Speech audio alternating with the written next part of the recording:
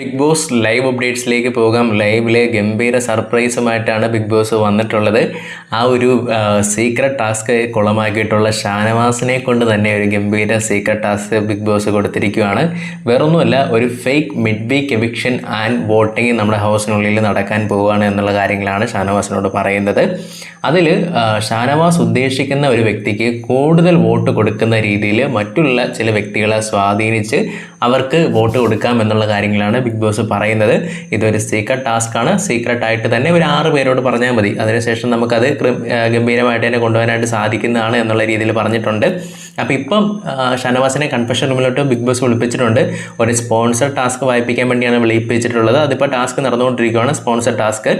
അപ്പം ഹൗസിലുള്ള കണ്ടസ്റ്റൻസിനപ്പം എന്തായാലും ഡൗട്ട് അടിക്കത്തില്ലല്ലോ, ഇപ്പോൾ സ്പോൺസർ ടാസ്ക് വായിപ്പിക്കാൻ വേണ്ടിയാണ് എന്നുള്ള രീതിയിലാണ് നിൽക്കുന്നത്. എന്നാൽ ഈ ഒരു സീക്രട്ട് ടാസ്ക് നടക്കുന്നുണ്ട് എന്നുള്ള കാര്യങ്ങൾ പറയുന്നുണ്ട്. എന്തായാലും ആദിലേനെ പുറത്താക്കാം എന്നുള്ള രീതിയിലാണ് ഇവിടെ ഷാനവാസ് പറയുന്നത്.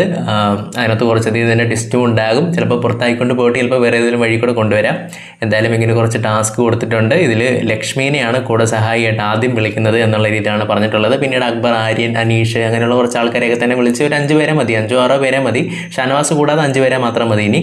അപ്പം അതൊരു ഗംഭീരമായിട്ട് ഷാനവാസിന് ഇതിനെങ്ങനെ കൈകാര്യം ചെയ്യാൻ പറ്റുമെന്നുള്ള കാര്യങ്ങൾ കണ്ടറിയേണ്ടത് തന്നെയാണ്. നമുക്ക് നോക്കാം. കൂടുതൽ അപ്ഡേറ്റുമായി ഉടൻ തന്നെ നമ്മൾ ഈ ഒരു ചാനലിലൂടെ വരുന്നതായിരിക്കും.